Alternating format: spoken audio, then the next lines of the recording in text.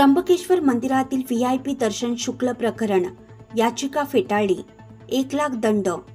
त्र्यंबकेश्वर मंदिरात 200 रुपये शुल्क घेऊन दिल्या जाणाऱ्या व्हीआयपी दर्शनाच्या विरोधात दाखल करण्यात आलेली जनहित याचिका मुंबई उच्च न्यायालयाने फेटाळून लावली असून याचिकाकर्त्यांवर 1 लाख रुपयाचा दंड ठोठावण्यात आला आहे।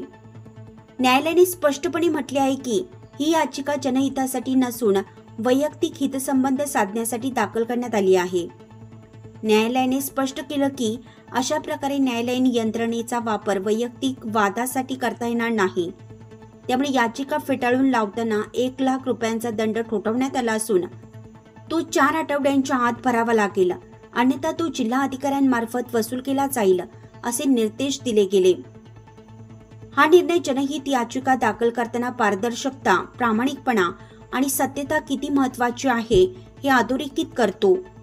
सन्माननीय हायकोर्टाने त्र्यंबकेश्वर देवस्थान ट्रस्टच्या बाबतीमध्ये काल परवा एक अतिशय चांगला निर्णय दिला। त्यामध्ये 200 रुपयाचं जे व्हीआयपी दर्शनाचं देणगी तिकीट आहे त्यासाठी ते सुरू ठेवण्याबाबत तो निर्णय आहे। याचिकाकर्त्यांना सन्माननीय हायकोर्टाने फटकारलं आणि 1 लाख रुपयाचा दंड देखील ठोठावला। आमचं म्हणणं आहे की भाविकांच्या सोयीसाठी तसंच त्र्यंबक देवस्थान ट्रस्टमध्ये असलेल्या 155 कर्मचाऱ्यांच्या व्यवस्थेसाठी या देणगीचा अतिशय उपयोग होतो।